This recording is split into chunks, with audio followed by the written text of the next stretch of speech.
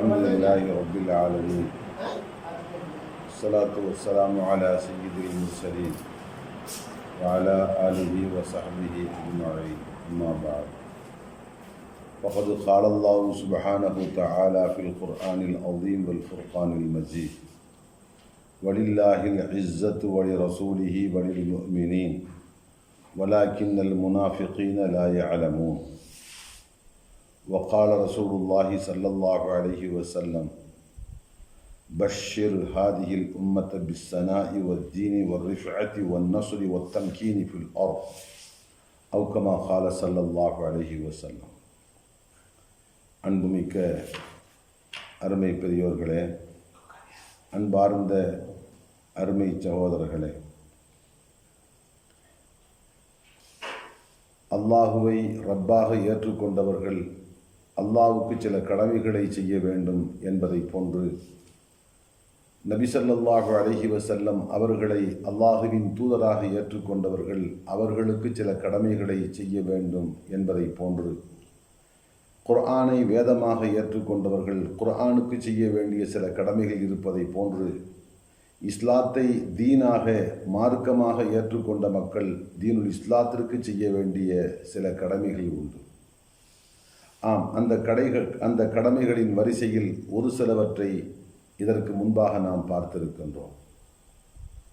இன்று அதன் தொடர்ச்சியாக தீனுல் இஸ்லாத்துக்கு அதை மார்க்கமாக ஏற்றுக்கொண்ட மக்கள் செய்ய வேண்டிய கடமைகளில் மீதமுள்ளவற்றை சுருக்கமாக நாம் சிந்தித்து பார்க்கின்றோம். அன்புக்குரியவர்களே, தீனுல் இஸ்லாத்தை கொண்டு நாம் பெருமைப்பட வேண்டும். நான் இஸ்லாத்தை ஏற்றிருக்கின்ற ஒரு முஸ்லீம் என்று சொல்வதில் பெருமிதம் கொள்ள வேண்டும்.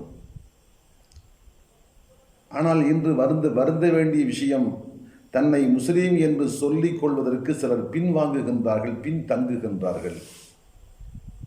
சில படித்தவர்கள், பெரிய படிப்பாளிகள் என்றும் அறிவு ஜீவிகள் என்றும் தங்களை கருதுகின்றவர்கள் தான் ஒரு முஸ்லீம் என்று அடையாளப்படுத்தாமல் சில கூட்டங்களில் நடந்து கொள்வதை தனக்கு சாதகமாக உயர்வாக கருதுகின்றார்கள். தாம் முஸ்லீம் என்று இனம் காட்டிக் கொள்வதை அல்லது இனம் காணப்படுவதை ஏதோ ஒரு வகையில் தனக்கு ஒரு பின்னடைவுக்கு அது காரணமாக இருக்கும் என்பதை போன்று உணர்கின்றார்கள். நஊது பில்லாஹ், அல்லாஹ் பாதுகாக்க வேண்டும். இஸ்லாம் அல்லாஹ் நமக்கு கொடுத்திருக்கின்றான். இஸ்லாத்தை நாம் ஏற்றிருக்கின்றோம், இஸ்லாத்தின்படி நடக்கின்றோம். இது அல்லாஹ் நமக்கு இந்த உலகத்தில் செய்த பெரிய கண்ணியம், நமக்கு கிடைத்த பெருமை என்று நாம் உணர வேண்டும். அல்லாஹ் ரப்புல் ஆலமீன் அருள்மறையில் குறிப்பிடுகின்றான், வலில்லாஹில் இஸ்ஸத்து வலி ரசூலிஹி வலில் முஃமினீன். கண்ணியம் என்பது அல்லாஹ்வுக்கு சொந்தம், அல்லாஹ்வுடைய தூதருக்கு சொந்தம், அல்லாஹ்வையும் தூதரையும் ஏற்றுக்கொண்ட இறை நம்பிக்கையாளர்களுக்கு சொந்தம். வலாக்கின்னல் முனாஃபிகீன லா யஅலமூன். ஆனால் முனாஃபிகீன்கள் என்ற நயவஞ்சகர்கள் இதை அறிய மாட்டார்கள். கண்ணியம் என்பது மூமின்களுக்கு சொந்தம் என்பதை முனாஃபிகீன்கள் அறிய மாட்டார்கள். அதனால் முனாஃபிகீன்கள் வேறு எதை கொண்டோ கண்ணியத்தை தேடுவார்கள். இஸ்லாத்தில் தான் கண்ணியம் இருக்கிறது என்பதை உணர மாட்டார்கள். ஹதரத் உமர் இப்னுல் கத்தாப் ரலியல்லாஹு அன்ஹு ஒரு முறை சொன்னார்கள், அநேகமாக இது பைத்துல் முகத்தஸ் வெற்றி கொள்ளப்பட்டு அதனுடைய சாவியை ஹலீஃபாவுடைய கரத்தில் தான் நேரடியாக ஒப்படைப்போம் என்று அங்கிருந்த குருமார்கள், பாதிரிமார்கள் சொன்னபோது ஹதரத் உமர் ரலியல்லாஹு அன்ஹு மத்திய அரசாங்கத்தில் இருந்து, மதீனா நகரத்தில் இருந்து பலஸ்தீனத்துக்கு புறப்பட்டு சென்றார்கள். அங்கே சென்றிருந்த போது ஹதரத் உபைத் ரலியல்லாஹு அன்ஹு, அபு உபைதா ரலியல்லாஹு அன்ஹு போன்ற பெரும் சஹாபாக்களை சந்திக்கின்றார்கள். ஆனால் அவர்களுடைய உடையில் கொஞ்சம் மாற்றம் தென்பட்டது. அதாவது விலை மதிப்புள்ள சில ஆடைகளை உடுத்தி இருந்தார்கள். அதை பார்த்தவுடன் ஹதரத் உமர் ரலியல்லாஹு அன்ஹு அவர்களுக்கு ஆச்சரியமாக இருந்தது. அபு உபைதா அவர்களா இந்த மாற்றத்துக்குள்ளாகி இருக்கின்றார்கள்? அல்லாஹுவின் திருத்துதர் இந்த மன்னகத்தில் வாழ்ந்தபோது எத்தனை எளிமையான முறையில் தங்கள் வாழ்க்கையை அமைத்துக் கொண்டார்களோ அதே நிலையில் தானே கடைசி மரணம் வரைக்கும், கடைசி மௌத்து வரைக்கும் இருப்பார்கள் இவர்கள். அப்படித்தானே இவர்களை குறித்து நாம் கருதி இருந்தோம். அப்படிப்பட்ட ஈமானைத்தானே இவர்கள் பெற்றிருந்தார்கள். ஆனால் ஹதரத் அபூ உபைதா ரலியல்லாஹு அன்ஹு இன்று இந்த பலஸ்தீன் பூமிக்கு பலஸ்தீனை வென்றெடுப்பதற்காக படை நடத்தி வந்து வென்றெடுத்து விட்டார்கள். இப்போது சாவியை பெறுகின்ற ஒரு நிலை. இந்த நிலையில் ஹலீஃபா மதீனா நகரத்தில் இருந்து பலஸ்தீனுக்கு வந்திருக்கின்றார்கள். ஹலீஃபாவை வரவேற்பதற்காக ஊரை விட்டு வெளியில் புறநகர் பகுதிக்கு வந்திருந்த ஹதரத் அபூ உபைதா ரலியல்லாஹு அன்ஹு அவர்களுடைய ஆடையை பார்க்கின்றார்கள். ஹலீஃபா கொஞ்சம் வழக்கமாக உடுத்துகின்ற ஆடையை விட கொஞ்சம் வசதியான ஆடையாக, கவர்ச்சிகரமான ஆடையாக இருந்தது. இதை பார்த்தவுடன் ஹலீஃபா கேட்டார்கள். கீழே குனிந்து பொடி பொடி கற்களை அள்ளிக்கொண்டு எறிவதற்காக ஆயத்தமான அவர்கள் சொன்னார்கள், அங்கிருந்து என்னை விட்டு பிரிவதற்கு பின்பாக நீங்கள் மாற்றமடைந்து விட்டீர்களோ என்று கேட்டார்கள். அப்போது ஹதரத் அபூ உபைதா ரலியல்லாஹு அன்ஹு தன்னுடைய ஆடையின் உட்பகுதியை காட்டினார்கள். தன்னுடைய ஆடையை தூக்கி கொண்டு உள்ளே அணிந்திருக்கின்ற உள்ளாடையை காண்பித்தார்கள். என்றும் எந்த எளிமையான ஆடையை உடுத்துவார்களோ அதே எளிமையான ஆடையை உள்ளே உடுத்தி இருக்கின்றார்கள். வெளியில் தான் கொஞ்சம் பார்ப்பதற்கு கவர்ச்சிகரமான ஆடை. சொன்னார்கள், அமீருல் முஃமினீன், எங்களிடத்தில் எந்த மாற்றமும் இல்லை. எப்போதும் உடுத்துகின்ற அந்த எளிய ஆடை இதோ உள்ளே உடுத்தி இருக்கின்றேன். வெளியிலே இன்று நாங்கள் இருக்கக்கூடிய இந்த பலஸ்தீன் வட்டாரத்திலே இங்கு இருக்கக்கூடிய ஆட்சியாளர்கள், அரச பிரதானிகளுக்கு மத்தியில் கொஞ்சம் நல்ல உடை உடுத்தினால்தான் மரியாதையாக நினைப்பார்கள், கண்ணியமாக நடத்துவார்கள். அவர்களுடைய பார்வையில் நாங்கள் கண்ணியமாக காட்சியளிக்க வேண்டும், அதற்காகத்தான் இந்த உடையை உடுத்தி இருக்கின்றோம் என்று சொன்னார்கள். அப்போதுதான் சரித்திர புகழ் பெற்ற ஒரு வார்த்தையை ஹதரத் உமர் ரலியல்லாஹு அன்ஹு சொன்னார்கள். என்ன சொன்னார்கள் தெரியுமா? குன்னா அதல்லா, அரபுகளாகிய நாம் இழிந்தவர்களாக இந்த உலகத்தில் இருந்தோம். ஆம், ஹதரத் உமர் ரலியல்லாஹு அன்ஹு அவர்கள் சொல்வதை போன்று அரபுகளை பொறுத்த மட்டில் ரொம்ப இழிவாக கருதப்பட்ட மக்களாகத்தான் இருந்தார்கள். எந்த அளவுக்கு என்று சொன்னால், அந்த காலத்தில் எந்த நாட்டு அரசனும் அரபு மக்களை ஆட்சி செய்ய வேண்டும், அந்த நாட்டை தன் ஆட்சியின் கீழ் கொண்டு வர வேண்டும் என்று யாருமே விரும்பவில்லை. காரணம், இழிவினும் இழிவான, தாழ்வினும் தாழ்வான இந்த மக்களை போய் ஆட்சி செய்வதா? நாம் ஆட்சி செய்வதற்கு கூட இவர்கள் தகுதியற்ற மக்கள், தரமில்லாத மக்கள் என்று கருதி ஒதுக்கப்பட்டார்கள். இன்னும் சொல்ல போனால், அன்றைய வல்லரசு நாடு ரோமாபுரி, பாரசீகம் போன்ற நாடுகளை ஆட்சி செய்து கொண்டிருந்த ஆட்சியாளர்கள் எப்படி வெளிப்படையாக சொன்னார்கள், ஆடு மாடு ஒட்டகை மேய்ப்பதற்கு கூட அருகதை இல்லாத கூட்டம் தான் இந்த அரபுகள். மனிதன் செய்கின்ற காரியங்களில் கடைநிலை பணி என்று சொன்னால் ஆடு மாடு மேய்ப்பது என்று நாம் சொல்வோம். அந்த ஆடு மாடு ஒட்டகை மேய்ப்பதற்கு கூட தகுதி இல்லாத, தரமில்லாத ஒரு கூட்டம் என்று அந்த பாரசீகத்து ஆட்சியாளர்கள் சொன்னார்கள். அந்த அளவுக்கு அரபுகள் மிக மலிவானவர்களாக, இழிவானவர்களாக கருதப்பட்டார்கள் இந்த உலக அரங்கில். ஆனால் அல்லாஹுவின் திருத்தூதர் ஸல்லல்லாஹு அலைஹி வஸல்லம் இந்த தீனுல் இஸ்லாத்தை கொண்டு வந்து அவர்களுக்கு அறிமுகப்படுத்தி அதனை வாழ்க்கையில் ஏற்றுக்கொண்டு வாழ்வியல் நெறிமுறைகளாக அவற்றை ஏற்றுக்கொண்டு எப்போது வாய்மையான முஸ்லிம்களாக அவர்கள் தங்களை வெளிப்படுத்தினார்களோ, இந்த உலக அரங்கில் வாய்மையான முஸ்லிம்களாக எப்ப நடக்க துவங்கினார்களோ, இந்த உலகம் அவர்களை கண்ணிய கண் கொண்டு பார்த்தது, மரியாதை கண் கொண்டு பார்த்தது, அவர்களுக்கு உயர்ந்த அந்தஸ்தை கொடுத்தது.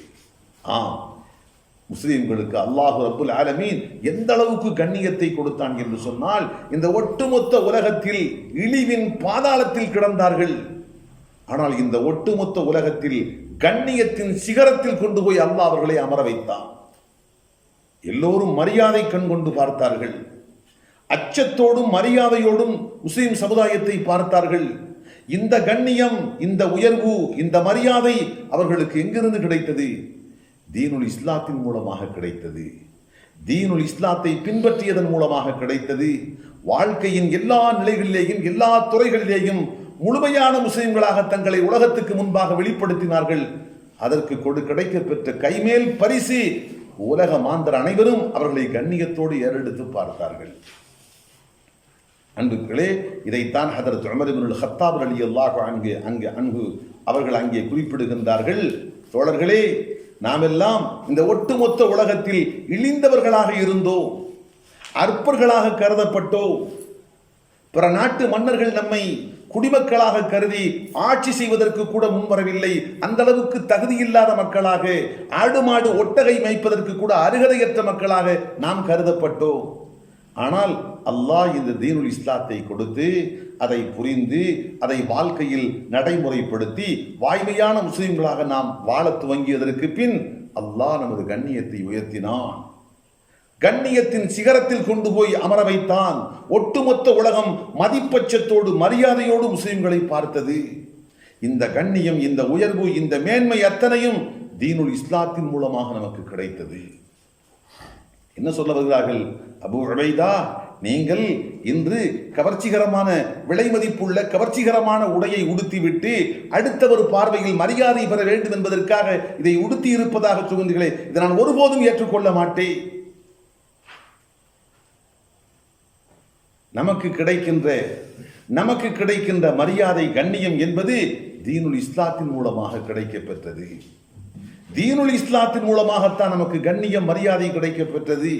ஆகவே ஆடையின் மூலமாக கிடைத்தது என்று நான் ஒருபோதும் ஏற்றுக்கொள்ள மாட்டேன் என்று சொன்னார்கள் ஹதரத் உமர் ரலியல்லாஹு அன்ஹு. சொல்லிவிட்டு அடுத்து ஒரு வார்த்தை சொன்னார்கள், அல்லாஹ் இந்த இஸ்லாத்தை, நாம் உலகத்தில் இழிந்தவர்களாக அற்பர்களாக இருந்தோம், இந்த இஸ்லாத்தை கொடுத்து அல்லாஹ் நமக்கு கண்ணியத்தை கொடுத்தான். ஆகவே ஃபமனிபுத்தகைனல் இஸ்ஸத ஃபீ கைரில் இஸ்லாம் அதல்லனல்லாஹ், தீனுல் இஸ்லாத்தை கொண்டு அல்லாஹ் நம்மை கண்ணியப்படுத்தி இருக்கின்ற போது இஸ்லாம் அல்லாத வேற ஒன்றை கொண்டு, உடையை கொண்டு, காசு பணத்தை கொண்டு, வேற உலகத்து வளங்களை கொண்டு நான் கண்ணியத்தை தேடுகின்றேன் என்று ஒருவன் தேடினால், எதை கொண்டு அல்லாஹ் நமக்கு கண்ணியத்தை இந்த வண்ணகத்தில் கொடுத்தானோ அதை கொண்டு கண்ணியத்தை தேடாமல் வேறு ஒன்றை கொண்டு ஒரு முஸ்லீம் இந்த உலகத்தில் கண்ணியத்தை தேடினால் அதல்லஹுல்லாஹ், அல்லாஹ் அவனை சிறுமைப்படுத்துவான், அல்லாஹ் அவனை இழிவுபடுத்துவான் என்று சொன்னார்கள். அன்புக்குள்ளே, இந்த வார்த்தை சிந்தித்து பார்க்க வேண்டிய வார்த்தை, ஆழ்ந்து சிந்திக்க வேண்டிய வார்த்தை. அல்லாஹ் ரப்புல் ஆலமீன் தீனுல் இஸ்லாத்தின் மூலமாகத்தான் நமக்கு கண்ணியத்தை கொடுத்திருக்கின்றான். அந்த தீனுல் இஸ்லாத்தை வாழ்க்கையின் எல்லா நிலைகளிலேயும், எல்லா துறைகளிலேயும் பரிபூரணமாக நாம் எடுத்து நடக்க வேண்டும். அதன் மூலமாகத்தான் அல்லாஹ் நமக்கு கண்ணியத்தை அன்றும் தந்தான், இன்றும் தருவான், இனி என்றும் கொடுப்பான். ஆம், தீனுல் இஸ்லாத்தை ஏற்றுக்கொண்ட முஸ்லிம்கள் தீனுல் இஸ்லாத்துக்கு செய்ய வேண்டிய கடமைகளில் ஒரு முக்கியமான கடமை, இந்த இஸ்லாத்தை கொண்டு அவர்கள் பெருமைப்பட வேண்டும். எனக்கு கிடைக்க பெற்றிருக்கின்ற இஸ்லாம் என்னுடைய கண்ணியத்துக்கும் உயர்வுக்கும் காரணமாக இருக்கிறது என்று இஸ்லாத்தை அடிப்படையாக கொண்டு பெருமிதம் கொள்ள வேண்டும், அதை உயர்வாக கருத வேண்டும். தன்னை ஒரு முஸ்லீம் என்று சொல்வதற்கு வெட்கப்பட வேண்டிய தேவையில்லை. முஸ்லீம் என்று தன்னை அடையாளப்படுத்துவதற்கு பின்வாங்க வேண்டிய அவசியம் இல்லை. இஸ்லாம் என்பது கண்ணியத்துக்குரிய ஒன்று, பெருமைக்குரிய ஒன்று, மகத்துவமிக்க ஒன்று. அதை ஏற்றெடுத்து வாழ்க்கையில் பின்பற்றுகின்றேன் என்பது எனக்கு கிடைத்த பெற்ற பெரும் பாக்கியம் என்று கருதி அதை பெருமிதமாக கருதணும். இது தீனுல் இஸ்லாத்துக்கு நாம் செய்ய வேண்டிய ஒரு கடமை. அன்புகளே, ஆனால் இந்த சிலர் எதை பெருமையாக கருதுகிறார்களோ, குலம், கோத்திரம், பாரம்பரியம். நாங்கள் யார் தெரியுமா? நான் இன்னாருடைய மகன், இன்னாருடைய மகன், இன்னாருடைய மகன், இன்னார். கடந்த 5 பரம்பரையை சொல்லி 10 பரம்பரையின் பெயர்களை சொல்லி அந்த வழியில் வந்தவன் நான் என்று சொல்கிற போது அதில் ஒரு பெரிய பெருமை கிடைப்பதாக கருதுகிறார்கள். அறிவீனமான போக்கு. அல்லாஹுவின் திருத்தூதர் ஸல்லல்லாஹு அலைஹி வஸல்லம் அவர்களுடைய சமூகத்தில் இப்படி ஒரு நிகழ்ச்சி நடந்தது. ஒருவர் தன்னுடைய ஹதரத் உபய் இப்னு கஅப் ரலியல்லாஹு அன்ஹு குறிப்பிடுகின்றார்கள், பெருமானாருடைய திருச்சபையில் 2 நபர்கள் தங்களுக்கு மத்தியில் பெருமை பாராட்டி பேசினார்கள். அதிலே ஒருவர் சொன்னார், அன ஃபுலான் இப்னு ஃபுலான் ஃபமன் அன்த லா உம்மலக, நான் இன்னாருடைய மகன், இன்னார், பெருமைக்குரியவன். உனக்கு தாய் இல்லாமல் போகட்டும், உனக்கு என்ன அந்தஸ்து இருக்கிறது? எனக்கு முன்பாக பேசுவதற்கு உனக்கு என்ன அந்தஸ்து இருக்கிறது என்று கேட்டார். அப்போது இதை கேட்டுக்கொண்டிருந்த அல்லாஹுவின் திருத்தூதர் ஸல்லல்லாஹு அலைஹி வஸல்லம் சொன்னார்கள், இன்தசப ரஜுலானி அலா அஹ்தி மூசா அலைஹிஸ்ஸலாம். ஹதரத் மூசா அலைஹிஸ்ஸலாம் அவர்களின் காலத்தில் அவர்களுக்கு முன்பாக 2 நபர்கள் இப்படி தங்களுடைய பரம்பரையை சொல்லி பெருமை பேசினார்கள். எப்படி? அதிலே ஒரு மனிதன் சொன்னான், அன ஃபுலான் இப்னு ஃபுலான் இப்னு ஃபுலான் ஹத்தா அத்த திஸ்அத்தன் ஃபமன் அன்த லா உம்மலக, நான் இன்னாருடைய மகன், இன்னார், இன்னாருடைய மகன், இன்னார், இன்னாருடைய மகன், இன்னார் என்று 9 பரம்பரை தொடரை சொல்லி 10வது நபராக நான் அவருடைய மகன் என்று தன்னை பெருமிதமாக சொல்லிவிட்டு சொன்னான், உனக்கு தாய் இல்லாமல் போகட்டும், இது போன்று உயர்வான பரம்பரை தொடர் உனக்கு இருக்கிறதா என்று கேட்டார். அடுத்த மனிதர் சொன்னார், நான் ஒரு வாய்மையான முஸ்லிமுடைய மகன் இன்னார், அவருடைய மகன் இன்னார், அவருடைய மகன் தான் நான் என்று ஒரு 2 பரம்பரையை முஸ்லீம் என்பதை முன்னிறுத்தி முஸ்லிமான ஒரு மனிதனுடைய வழியில் வந்தவன் என்பதை பெருமைக்கு காரணமாக சொல்லி அடுத்து 2 அல்லது 3வது பரம்பரையாக தன்னை குறிப்பிட்டார்.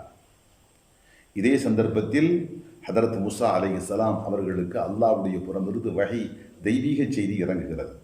ஜிப்ரீல் மூலமாக வஹி என்ற தெய்வீக செய்தி வருகிறது. என்ன சொல்லப்பட்டது? குல், மூசா நபியே அந்த 2 பேருக்கும் சொல்லுங்கள். யாருக்கு? 9 பரம்பரை தொடரை சொல்லி 10வதாக தன்னை சொல்லி பெருமை சொன்னாரே அவருக்கு சொல்லுங்கள். எப்படி? இலா திஸ்அத்து ஃபின்னார் ஃபஅன்த ஆஷிருஹும், நீ எந்த முன்னோர்களை வரிசைப்படுத்தி சொன்னாயோ அந்த 9 பேரும் நரகத்திலே கிடக்கின்றார்கள், நரகவாதிகள். 10வதாக நீயும் அங்கே போய் சேரப்போகிறாய். நீ யாரை பெருமையாக சொன்னாயோ அந்த 10 பேரும் நரகவாதிகள், நீயும் அவர்களை தொடர்ந்து நரகத்துக்கு செல்லுகின்ற 10வது நரகவாதி. என்ன பெருமை இருக்கிறது? அதே சமயத்தில் முஸ்லிமான மனிதனுடைய மகன் என்று 3வதாக தன்னை சொன்னாரே அவருக்கு அல்லாஹ் சொல்ல சொன்னான். எப்படி? இத்னைனி ஃபில் ஜன்னா ஃபஅன்த சாலிசுஹுமா, நீ எந்த 2 பேரை சொன்னாயோ அந்த 2 பேரும் சொர்க்கத்தில் இருக்கின்றார்கள், 3வதாக நீ சொர்க்கத்துக்கு செல்லவிருக்கின்றாய். அன்புக்குள்ளே, இஸ்லாத்தை சொல்லி தன்னை பெருமைப்படுத்த வேண்டும். வாய்மையான முஸ்லிமுடைய பரம்பரையில் வந்தவன் நான். என் தந்தை வாழ்க்கையின் எல்லா நிலைகளையும் இஸ்லாத்தை ஏற்று நடத்தவர். என் தந்தை பாவகாரியங்களை விட்டு எச்சரிக்கையாக ஒதுங்கியவர். என் தந்தை அல்லாஹ்வுக்காக பற்றற்ற முறையில் ஹலால் ஹராம் என்று பார்த்து பரிசுத்தமான முறையில் தன் வாழ்க்கையை அமைத்துக் கொண்டவர். என் தந்தை ஹராமான பார்வை பார்க்க கூடாது என்று ஏறெடுத்து பார்க்காமல் என்றும் பார்வையை தாழ்த்தி கொண்டு நடந்த உத்தமன். இப்படி தீனுல் இஸ்லாத்தையும் இஸ்லாத்தின்படி வாழ்ந்த அந்த பரிசுத்தமான வாழ்க்கையையும் பெருமைக்கு காரணமாக சொல்லி காட்ட வேண்டும். அதுதான் இஸ்லாத்தை ஏற்றுக்கொண்ட வாய்மையான ஒரு முஸ்லீம் இஸ்லாத்துக்கு செய்ய வேண்டிய கடமைகளில் ஒன்று. மகத்தான இந்த மார்க்கத்தை ஏற்றிருக்கின்ற ஒரு முஸ்லீம் இந்த இஸ்லாத்தை தன் பெருமைக்கு காரணமாக கருதாமல் பாட்டனையும் பூட்டனையும் காசையும் பணத்தையும் பட்டத்தையும் பதவியையும் இந்த உலகத்தில் தான் சேர்த்து வைத்திருக்கின்ற மற்ற வளங்களையும் சொல்லி இவற்றை பெற்றிருக்கின்றேன், இவையெல்லாம் என்னிடத்தில் இருக்கிறது, அரண்மனை போன்ற வீடு இருக்கிறது, பெரிய பெரிய தோட்டந்துறவுகள் இருக்கிறது என்றெல்லாம் இந்த உலகத்து வளங்களை சொல்லி காட்டி அதன் மூலமாக எனக்கு பெருமை உண்டு என்று சொன்னால் கேவலம் இஸ்லாத்தை பற்றி இவன் சரியாக புரிந்து கொள்ளவில்லை. இன்று பலர் இந்த காரியத்தை தான் செய்து கொண்டிருக்கிறார். அன்புகளே, ஒரு அடிப்படையான செய்தியை புரிந்து கொள்ள வேண்டும். என்று இந்த சமுதாயம், முஸ்லிம் சமுதாயம் இஸ்லாத்தை கொண்டுதான் தங்களுக்கு இந்த மன்னகத்தில் பெருமை உண்டு என்பதை மறந்துவிட்டு, இஸ்லாத்தை கொண்டுதான் இந்த உலகத்தில் நமக்கு கண்ணியம் என்பதை மறந்துவிட்டு, இஸ்லாத்தை பின்பற்றுவதை ஒதுக்கி வைத்துவிட்டு வேறு காசு பணத்தை கொண்டு பட்டம் பதவி என்று மற்றவற்றை கொண்டுதான் நமக்கு அந்த கண்ணியம் என்று கருதி எப்போது தங்கள் கவனத்தை மார்க்கத்தை விட பிறவற்றுக்கு முக்கியத்துவம் கொடுக்கின்றார்களோ அல்லாஹ் அவர்களை சிறுமைப்படுத்துவான், அல்லாஹ் அவர்களை இழிவுபடுத்துவான், அல்லாஹ் அவர்களை கீழ்நிலைக்கு கொண்டு போய் சேர்ப்பான். அப்படி கீழ்நிலைக்கு தள்ளப்பட்ட அவர்கள் மீண்டும் கண்ணியத்திற்கு வருவதற்கு என்ன செய்வது? மீண்டும் தீனுல் இஸ்லாத்தின் பக்கம் பரிபூரணமாக திரும்ப வேண்டும். அது ஒன்றை தவிர்த்து அவர்களுக்கு எந்த முகாந்தரமும் இல்லை, வேறு எந்த வழியும் இல்லை. அருமைநாயகம் ஸல்லல்லாஹு அலைஹி வஸல்லம் சொன்ன செய்தி நமக்கு தெளிவான சான்றாக இருக்கிறது. பெருமானார் சொன்னார்கள், இதா தபாயஅதும் பில் ஐனதி, வட்டி கலப்புள்ள வியாபாரத்தில் நீங்கள் மூழ்கி, வஅகல்தும் அதுனாபல் பக்கரி, விவசாயம் செய்கின்ற மாடுகளுடைய வாள்களை பற்றி கொண்டு, வரதீதும் பிஸ்ஸரஇ, வியாபாரத்திலே நீங்கள் பொருந்தி திருப்தி கொண்டு விட்டால், அப்படி திருப்தி கொண்டு விட்டு தரக்துமுல் ஜிஹாது, இந்த மார்க்கத்துக்காக, இந்த மார்க்கத்தை மேலோங்க செய்வதற்காக போராடுகின்ற போராட்டத்தை நீங்கள் கைவிட்டு விட்டால், ஸல்லல்லாஹு அலைக்கும் துல்லா, அல்லாஹ் உங்களுக்கு கேவலத்தை சாட்டி விடுவான், அல்லாஹ் உங்கள் மீது இழிவை சாட்டி விடுவான். லா யன்ஸிஹு, சாட்டப்பட்ட அந்த இழிவும் கேவலமும் உங்களை விட்டு அகற்றப்பட மாட்டாது.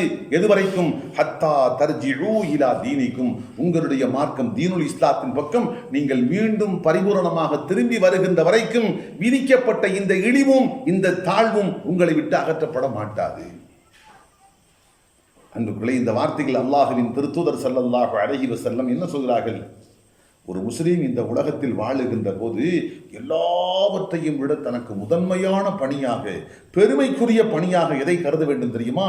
அல்லாஹ் இந்த தீனை கொடுத்தான், இஸ்லாத்தை கொடுத்தான், இந்த இஸ்லாத்தை நான் உணர வேண்டும், இந்த இஸ்லாத்தை நான் வாழ்க்கையில் எடுத்து நடக்க வேண்டும், இந்த இஸ்லாத்தை கொண்டு போய் பிற மக்களிடத்தில் சேர்க்க வேண்டும். அப்படி சேர்க்கின்ற போது ஏற்படுகின்ற துன்பம் துயரங்களை எல்லாம் எனக்கு கிடைக்கப்பெற்ற பெரும் பாக்கியமாக கருத வேண்டும் என்ற மனநிலையோடு ஒரு முஸ்லீம் வாழ வேண்டும். இதற்கு அடுத்துத்தான் மற்ற எல்லாம். ஆனால் என்று இந்த முஸ்லிம் சமுதாயம் வியாபாரத்தையே பெரிதாக கருதி, அதுவும் வட்டி கலப்புள்ள வியாபாரம், வட்டி கலப்பாக இருப்பதையெல்லாம் பொருட்படுத்தவில்லை. எப்படியோ வியாபாரம் செய்ய வேண்டும், காசு பணம் பார்க்க வேண்டும் என்று வட்டி கலப்புள்ள வியாபாரத்திலே மோகம். சிலர் வியாபார மோகம், இன்னும் சிலர் விவசாய மோகம். மாடுகளுடைய வாள்களை பிடிப்பது என்றால் ஏற்பிடிக்கின்ற உழவனை பார்க்கலாம். மாட்டின் வாளை பிடித்துத்தான் அவன் உழவிடுகின்ற போது அவன் மாட்டை விரட்டி கொண்டு போவான். அதே போன்று அறுக்கப்பட்ட கதிர்களை எல்லாம் கொண்டு வந்து போட்டு சூடடிப்பது என்பார்கள். அது சந்தர்ப்பத்திலையும் பார்த்தால் மாடுகளை வாளை பிடித்து தான் ஓட்டி கொண்டிருப்பார்கள். சுருக்கமாக இப்படி விவசாயத்திலே திருப்தி கொண்டு விட்டார்கள், வியாபாரத்திலே திருப்தி கொண்டு விட்டார்கள். இந்த மார்க்கத்தை கொண்டு, இந்த மார்க்கத்தை அறிந்து அதை வாழ்க்கையில் பின்பற்றி பிற மக்களிடத்திலே இந்த மார்க்கத்தை கொண்டு வருவதற்காக தியாகம் செய்வது, அரும்பாடுபடுவது, இந்த பணியை விட்டு விட்டார்கள் என்றால் அல்லாஹ் அவர்களுக்கு இந்த உலகத்தில் கொடுக்கக்கூடிய கைமேல் பரிசு இழிவையும் கேவலத்தையும் அல்லாஹ் கொடுப்பார். அதில் இருந்து மீண்டு வருவதற்கு என்ன வழி? மீண்டும் கண்ணியத்தை பெறுவதற்கு என்ன வழி? எந்த மார்க்கத்தை விட்டு அவர்கள் ஒதுங்கி போனார்களோ மீண்டும் அந்த மார்க்கத்துக்கு திரும்ப வேண்டும். அந்த முழுமையான மார்க்கத்தின் பக்கம் திரும்ப வேண்டும். அதில் தான் நமக்கு கண்ணியம், உயர்வு இருக்கிறது என்று விளங்க வேண்டும். அன்று அல்லாஹ் அவர்கள் இழந்த அந்த கண்ணியத்தை மீண்டும் திருப்பி கொடுப்பார். ஆக அன்புகளை நாம் தெளிவாக புரிந்து கொள்ள வேண்டிய செய்தி, தீனுல் இஸ்லாத்தை ஏற்றுக்கொண்ட மக்கள் அந்த தீனுல் இஸ்லாத்துக்கு செய்ய வேண்டிய கடமைகளில் ஒரு முக்கியமான கடமை தீனுல் இஸ்லாத்தை கொண்டு பெருமிதம் கொள்ள வேண்டும். தீனுல் இஸ்லாம் நமக்கு கிடைக்கப்பட்டது பெரும் பாக்கியம், அதன் மூலம் என்னுடைய அந்தஸ்து மேலோங்கி இருக்கிறது என்று புரிய வேண்டும். அல்லாஹ் ரப்புல் ஆலமீன் குர்ஆனிலே கேட்கின்ற வார்த்தையை பாருங்கள். ஒமன் அஹ்ஸனு கௌலம் மிம்மன் தஆ இலல்லாஹ். ஒமன் அஹ்ஸனு கௌலன், சொல்லால் சிறந்தவன் யார்? இந்த உலகத்தில் சொல்லால் சிறந்தவன் யார்? யாரை விட? மிம்மன் தஆ இலல்லாஹ், ஒரு மனிதன் அல்லாஹ்வின் பக்கம் அடியார்களை அழைக்கின்றான், மட்டுமல்ல வ அமில சாலிகன், அவனும் சாலிகான நல்ல காரியங்களை செய்கின்றான். தீனுல் இஸ்லாம் வலியுறுத்துகின்ற நல்ல காரியங்களை தானும் செய்கின்றான். அந்த காரியங்களை செய்வதற்கு வாருங்கள் என்று பிற மக்களுக்கும் அழைப்பு கொடுக்கின்றான். எப்படி? வகால இன்னனி மினல் முஸ்லிமீன், நானும் முஸ்லிம்களில் ஒருவன் என்று பெருமிதமாக சொல்லிக்கொண்டு தீனுல் இஸ்லாத்தை தன் வாழ்க்கையில் முழுமையாக கடைபிடிப்பதோடு அதை கடைபிடிப்பதற்கு நீங்களும் வாருங்கள் என்று பிற மக்களுக்கு அழைப்பு கொடுக்கின்றான் என்று சொன்னால் அல்லாஹ் கேட்கிறான், இவனை விட அழகான சொல்லை சொல்லுகின்றவன் இந்த தரணியில் வேறு யார் இருக்கிறான்? இந்த மண்ணிலே தானும் இஸ்லாத்தின்படி வாழுகின்றான், பிற மக்களையும் இஸ்லாத்தின் பக்கம் வாழ்வதற்கு அழைப்பு கொடுக்கின்றான். நான் ஒரு சராசரி முஸ்லீம் என்று தன்னை பற்றி பெருமிதமாக சொல்கின்றான். இவனை விட தலை சிறந்த மனிதன், உயர்வான மனிதன், சிறந்த சொல்லை பேசுகின்றவன் இந்த உலகத்தில் வேறு யார் இருக்கிறார்? அல்லாஹ் கேட்கின்ற கேள்வி.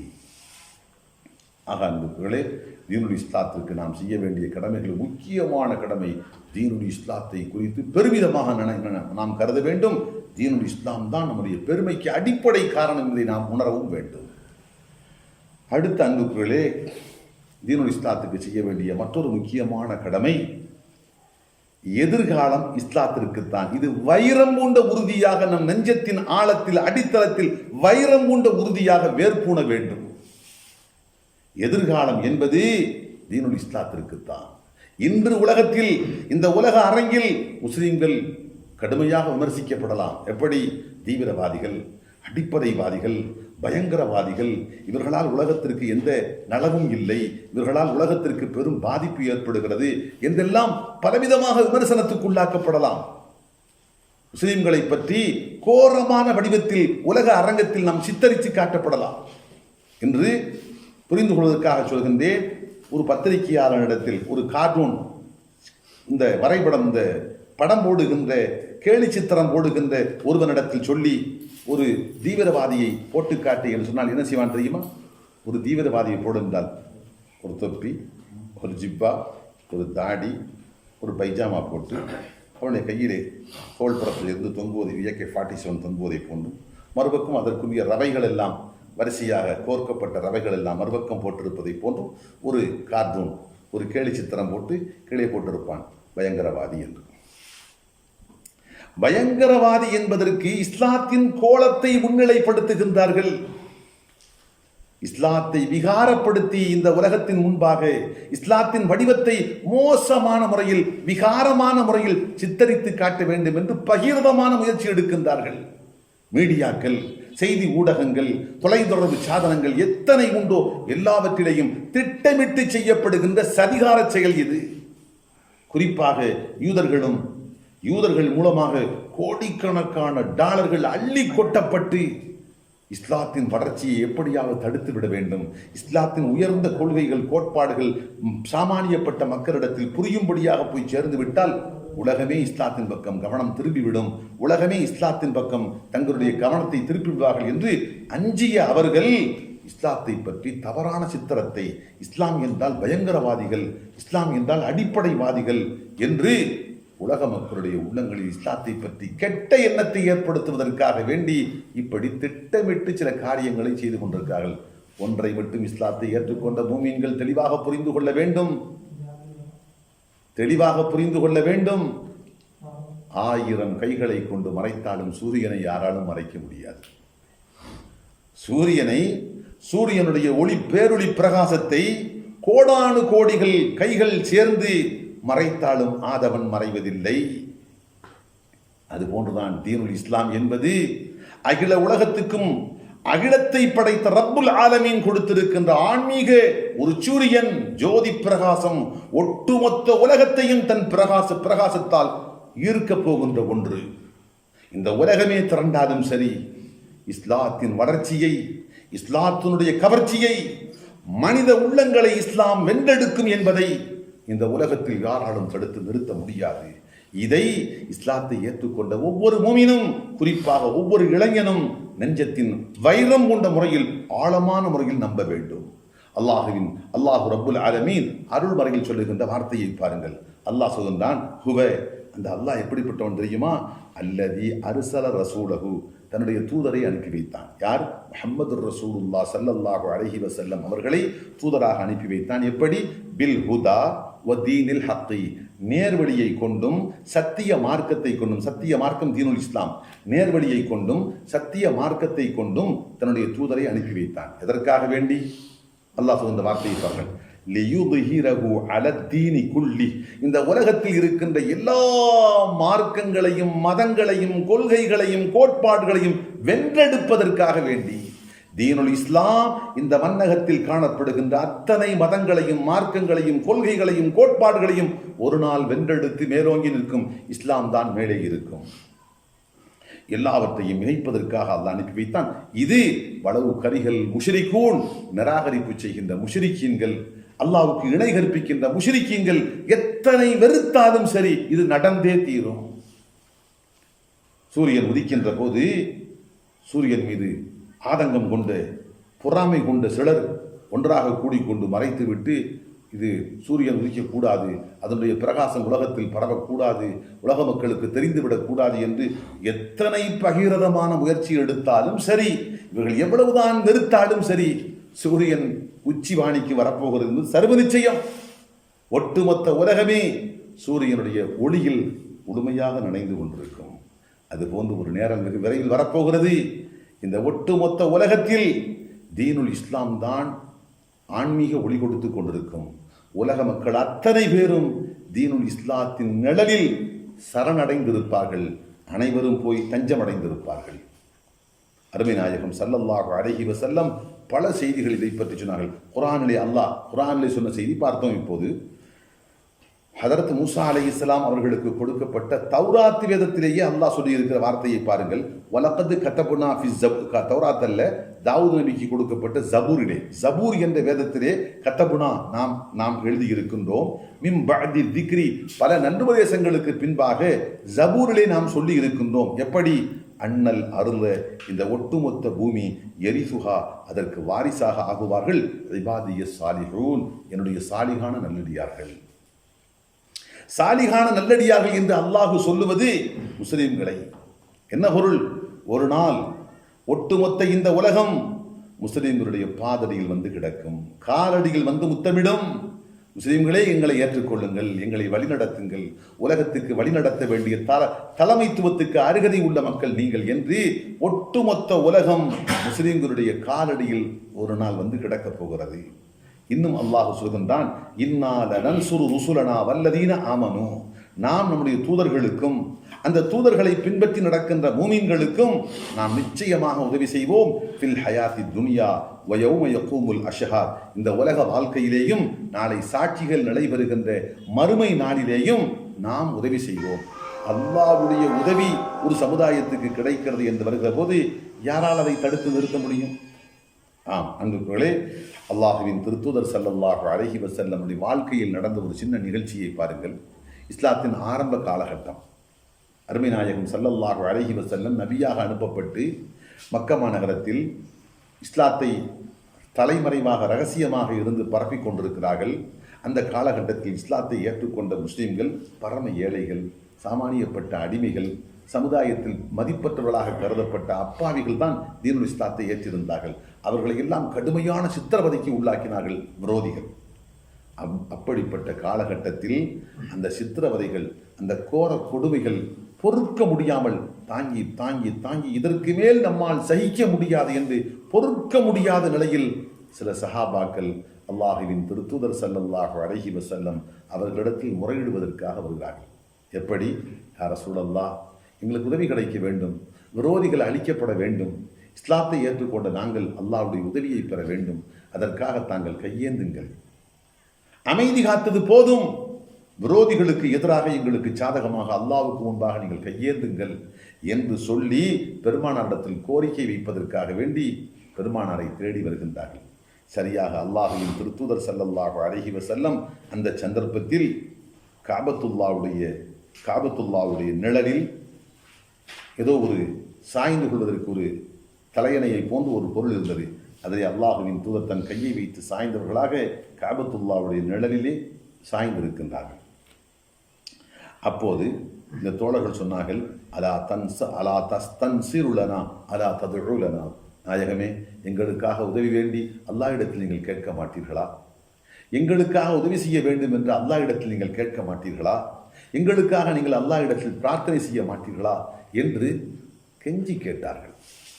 அருமை நாயகம் ஸல்லல்லாஹு அலைஹி வஸல்லம் நிதானமாக, ரொம்ப நிதானமான முறையில் பொறுமையோடு தோழர்களை பார்த்து சொன்னார்கள், தோழர்களே, அது காணமின் கபலக்கும், உங்களுக்கு முன்பாக வாழ்ந்த மக்கள் இந்த இஸ்லாத்தை ஏற்றுக்கொண்ட காரணத்தால் எப்படிப்பட்ட துன்பங்கள் துயரங்களுக்கு உள்ளாக்கப்பட்டார்கள்.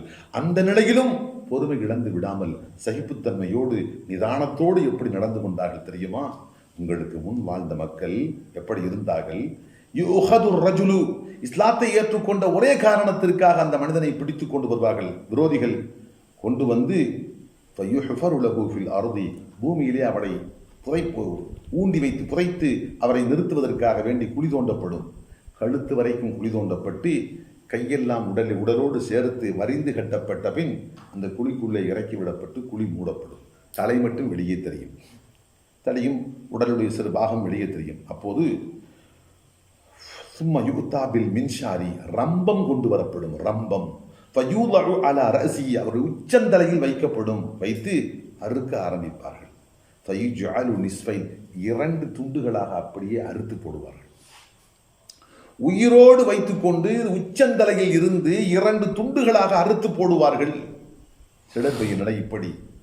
இன்னும் சிலர் வயும்ஷத்து பி அம்ஷாத்தில் ஹதீதி மாதூன லஹ்மிஹி வ அவ்ரிஹி, இன்னும் சிலரை பிடித்து கொண்டு இரும்பு சீப்புக்களை கொண்டு இழுப்பார்கள். இரும்பு சீப்புக்களை கொண்டு உடலிலே போட்டு கோதி கோதி இழுப்பார்கள். அப்போது மாமிசம் அப்படியே கலண்டு வரும்.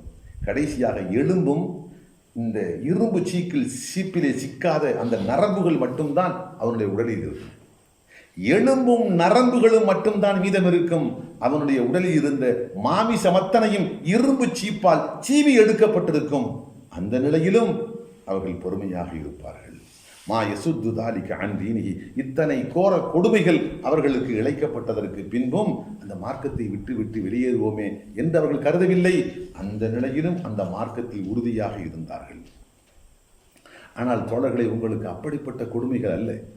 அடிக்கின்றார்கள், உதைக்கின்றார்கள், இரவிலே கொண்டு போய் பணியிலே தள்ளுகிறார்கள், பகல் நேரத்திலே நெருப்பாக கொதிக்கின்ற செம்பாலையிலே கொண்டு போய் கிடத்துகின்றார்கள்.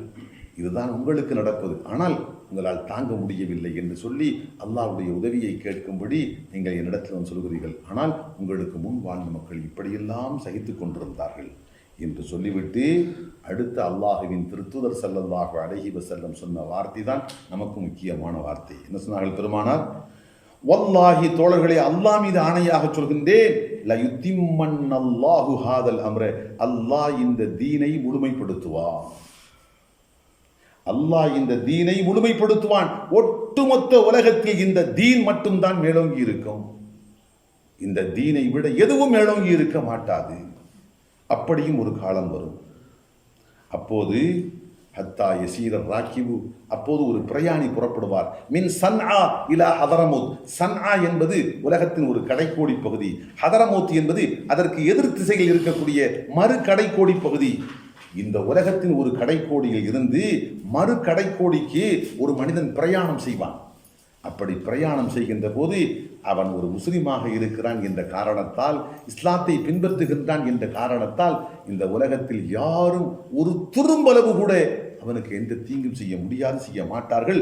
அவனுக்கு அந்த அச்சம் இருக்காது. இருந்தால் என்ன அச்சம் தெரியுமா? யஹாஃபுல்லாஹ் லா யஹாஃபு இல்லல்லாஹ் வذிப அலா கனமிஹி, அல்லாஹுவை தவிர்த்து அவனுக்கு வேறு எந்த அச்சம் இருக்காது. ஒருவேளை தன்னோடு அவன் ஆடு மாடு ஒட்டகைகளை ஓட்டிக்கொண்டு சென்றான் என்று சொன்னால், எங்காவது காட்டிலே ஓநாய் தன்னுடைய பிராணிகளை அடித்து விடுமோ என்று ஓநாய்கள் மீது அச்சம் இருக்கலாம், அல்லாஹ் மீது பயம் இருக்கலாம். ஆனால் அதை தவிர்த்து விரோதிகள், இஸ்லாத்தை நாம் பின்பற்றுகின்றோம், இஸ்லாத்தை பிடிக்காத விரோதிகள் நமக்கு தீங்கேதும் செய்வார்களோ என்று அஞ்ச வேண்டிய எந்த ஒரு நிலையும் இருக்காது. அப்படி ஒரு நிலை ஒட்டுமொத்த உலகமே இஸ்லாத்தின் குடையில், இஸ்லாத்தின் நிழலில், இஸ்லாத்தின் காலடியில் வந்து கிடக்கக்கூடிய ஒரு காலம் அதிவேகமாக வந்து கொண்டிருக்கிறது. ஆனால் நீங்கள் அவசரப்படுகின்றீர்கள். இப்போதே அல்லாஹ் இடத்தில் கையேந்துங்கள், விரோதிகளை அழித்து விட வேண்டும், எங்களுக்கு அல்லாஹ்வுடைய உதவி கிடைத்து விட வேண்டும் என்று அவசர கோலத்தில் வந்து துஆ செய்ய சொல்கிறீர்கள். தோழர்களை, வேண்டாம் என்று வலாக்கின்னக்கும், என்றாலும் நீங்கள் தஸ்தஜிலூன், அவசரப்படுகின்றீர்கள் என்று சொல்லி அல்லாஹுவின் தூதர் ஸல்லல்லாஹு அலைஹி வஸல்லம் அவர்களை ஆறுதல் படுத்தினார்கள், நிதானப்படுத்தினார்கள். ஆக அன்புகளே, இங்கே நாம் புரிந்து கொள்ள வேண்டிய செய்தி, தீனுல் இஸ்லாத்துக்குத்தான் எதிர்காலம். இன்று அவநம்பிக்கை கொள்ள செய்கின்ற அளவுக்கு பிரச்சாரங்கள் முடுக்கிவிடப்பட்டிருக்கிறது. இதே நிலை நீடித்தால் காலப்போக்கில் முஸ்லீம்கள் எல்லாம் வாழ முடியுமா? முஸ்லீம்கள்லாம் இந்த உலகத்தில் இருக்க முடியுமா? ரோஹிங்கி முஸ்லீம்கள் எப்படி நடத்தப்பட்டார்கள்? அதே போன்று இன்று இந்தியாவிலே காஷ்மீர் போன்ற பகுதிகளில் முஸ்லீம்கள் எப்படி நடத்தப்படுகின்றார்கள்? சிரியாவிலே எப்படி நடத்தப்படுகின்றார்கள்? ஆப்கானிஸ்தானத்தில் எப்படி நடத்தப்பட்டார்கள்? அதே போன்று பலஸ்தீனிலே எப்படி நடத்தப்படுகின்றார்கள்? இவற்றையெல்லாம் பார்க்கின்ற போது காலங்கள் செல்ல செல்ல முஸ்லீம் சமுதாயத்தினுடைய நிலைமை என்னாகுமோ என்று அச்சப்படுகின்ற ஒரு நிலை நாம் யோசித்து பார்க்கிறோம். ஆனால் மார்க்கம் சொல்வது நிச்சயமாக இல்லை. இதெல்லாம் சளிப்பிடித்ததை போன்று, ஆரோக்கியமான மனிதனுக்கு சளிப்பிடித்ததை போன்று ஒரு காலம் வரப்போகிறது. ஒட்டுமொத்த உலகம் இஸ்லாத்தின் குடையின் கீழ் வரப்போகிறது. இதோ அல்லாஹுவின் திருத்தூதர் ஸல்லல்லாஹு அலைஹி வஸல்லம் சொன்ன செய்தியை பாருங்கள். பெருமானார் ஒரு நாள் ஒரு கனவு கண்டார்கள். அல்லாஹுவின் தூதர் கண்ட கனவை சொன்னார்கள். இன்னல்லாஹ ஜவாலியல் அர்ல, அல்லாஹ் எனக்கு பூமியை சுருட்டி கொடுத்தான். எப்படி பேப்பரை சுருட்டி கொடுப்பார்களோ அதுபோன்று அல்லாஹ் ரப்புல் ஆலமீன் எனக்கு இந்த உலகத்தை சுருட்டி கொடுத்தான். அப்போது ஃபரஐத்து, நான் பார்த்தேன், மஷாரிகஹா வ மகாரிபஹா, அதனுடைய மேற்கத்திய நாடுகளையும் கண்டேன், கிழக்கத்திய நாடுகளையும் கண்டேன். சுருக்கமாக உலகத்தின் எல்லா நாடுகளும் சுருட்டி கொடுக்கப்பட்டிருந்தது என்று சொல்லிவிட்டு அல்லாஹுவின் தூதர் அந்த கனவுக்கு விளக்கம் சொன்னார்கள். இந்த விளக்கம் என்ன என்று சொன்னால், இன்ன முல்க உம்மத்தி, என் உம்மத்துகளுடைய அரசாட்சி சயபுலுகு மா ஜுவியலி மின்ஹா, இந்த உலகத்தில் எத்தனை பாகம் எனக்கு சுருட்டி கொடுக்கப்பட்டதோ அத்தனை பாகத்திற்கு என் உம்மத்துகளுடைய அரசாட்சி பரவும் விரவும். ஒட்டுமொத்த உலகமே சுருட்டி கொடுக்கப்பட்டது என்றால் முஸ்லீம்களுடைய ஆட்சி ஒரு காலம் வரும், ஒட்டுமொத்த உலகமே முஸ்லீம்களுடைய குடையின் கீழ் உள்ளே இருக்கும். இன்னும் அல்லாஹுவின் தூதர் தெளிவாக சொன்னார்கள், லயபுலுகன்ன ஹாதல் அம்ரு, இந்த மார்க்கம் சென்றடையும். எந்த அளவுக்கு?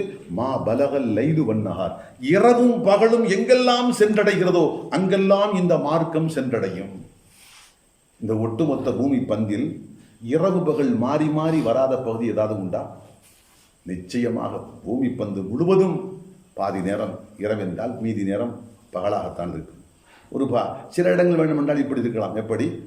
வருடம் முழுவதும் பகலாக இருக்கும், அல்லது 6 மாதம் முழுவதும் பகலாக இருக்கலாம், 6 மாதம் முழுவதும் இரவாக இருக்கலாம். அங்கெல்லாம் மனிதன் வாழ்வதற்கு பொருத்தமான பூமி அல்ல.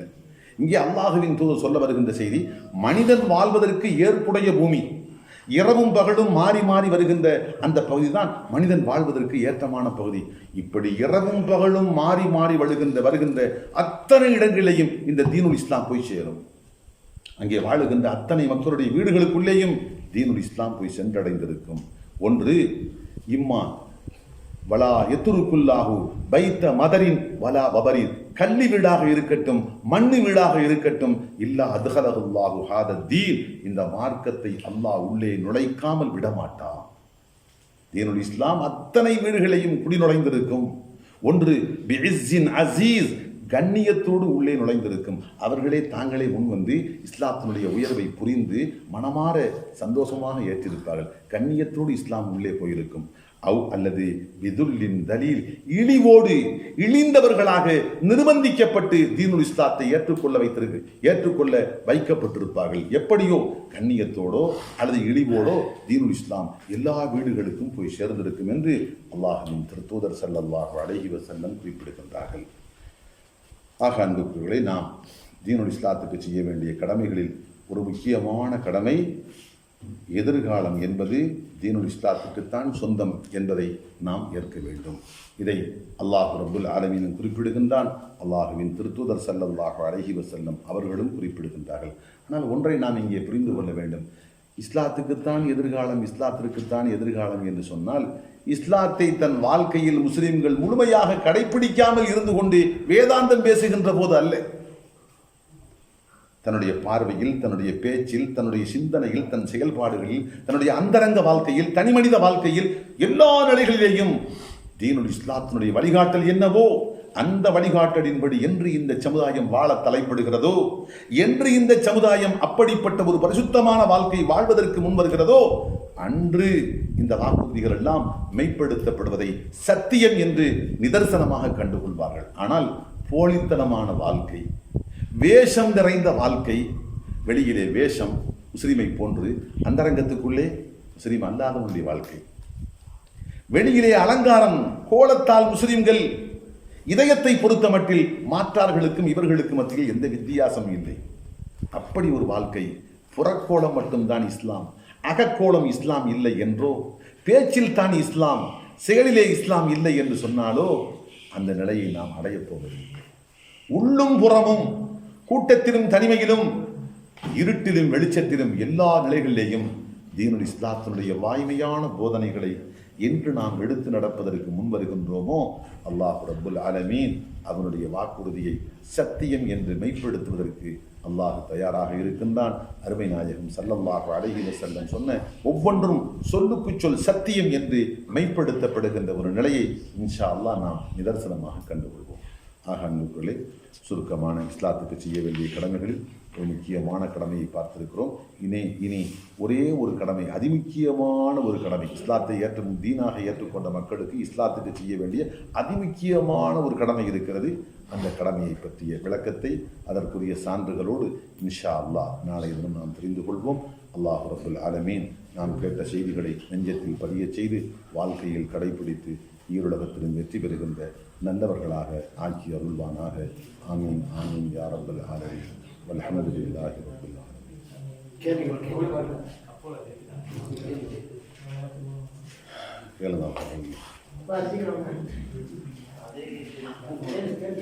அதே கேள்வியா? சில ஆண்டுகளுக்கு முன் வாங்கிய நிலம் ஒன்று உள்ளது, அதற்கான ஜகாத் தொகையை நான் வாங்கிய விலையிலிருந்து கணக்கிட்டு கொடுக்க வேண்டுமா அல்லது தற்போதைய அதன் விலையை கணக்கிட்டு கொடுக்க வேண்டுமா? சுருக்கமாக இருந்தால் போதுமா? தற்போதைய விலையை கணக்கிட்டு கொடுக்க வேண்டும்.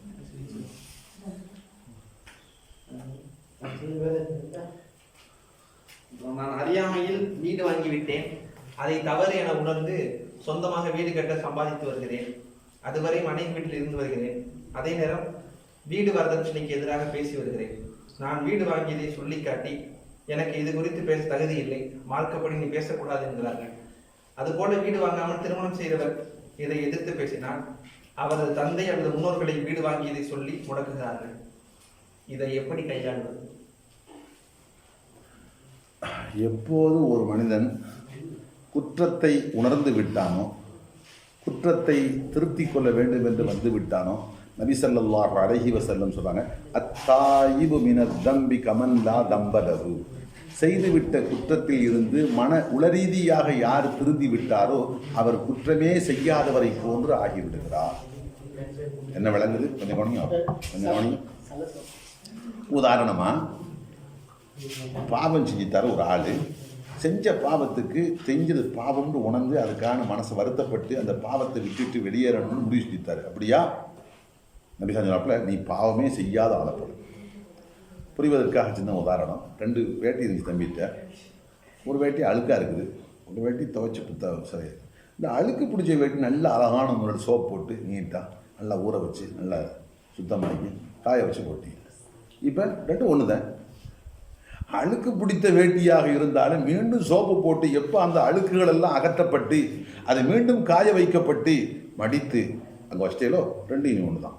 அது மாதிரி ஒரு மனிதன் பாவம் செஞ்சான், அறியாமையினால பாவம் செஞ்சுட்டான். என்ன பாவமாக இருக்கட்டும், எந்த பாவமாக இருக்கட்டும், பாவம் செஞ்சுட்டான். ஆனால் ஒரு நேரம் வந்துச்சு, அல்லாஹுக்கு முன்னாடி இருக்கிறான், அல்லாஹ் நான் அறியாமையினால் அந்த பாவம் செஞ்சுட்டேன், அந்த செய்ததுக்காக வெட்கி தலைமுடிதான் அல்லா என்று அல்லாட்ட வெட்கப்படுறான். அதே போன்று உடனடியாக அந்த பாவத்தை விட்டுட்டான். இனி எதிர்காலத்தில் இந்த பாவம் செய்ய மாட்டேன்னு சொல்கிறான். அப்படியா? அல்லாஹு தஆலா உன்னை எந்த நிலைக்கு போடுறான்? இந்த பாவமே செய்யாமல் பரிசுத்த ஜீவனாக யார் இருக்கிறானோ அவனு நேனு ஒன்று. ஆனால் இந்த இடத்த சின்ன கேள்வி வரும். உடனடியாக விட்டுட்டான்னு சொன்னீங்களே பாவத்தை, குடியாக இருந்தால் விட்டுடுவான், வேறு ஏதாச்சும் ஒரு தப்பான நினைப்பான். வீடு வாங்கணும் தப்புன்னு சொல்லியில அது இப்படி அதை முடியாது, உடனே விட முடியாது. எப்படி இப்போ எங்கே இருக்க முடியும் மனைவி மக்கள்லாம்? அப்போ அல்லாஹ் நமக்கு பொருளாதாரத்தை கொடுத்து ஒரு வசதி வாய்ப்பு வந்து சொந்தமாக காரியத்தை தட்டிங்க அங்கே இருக்கிறாலும் ஒன்றும் தப்பு இல்லை. அது ஒன்றும் அவ்வளவு என்ன பிரச்சனை இல்லை.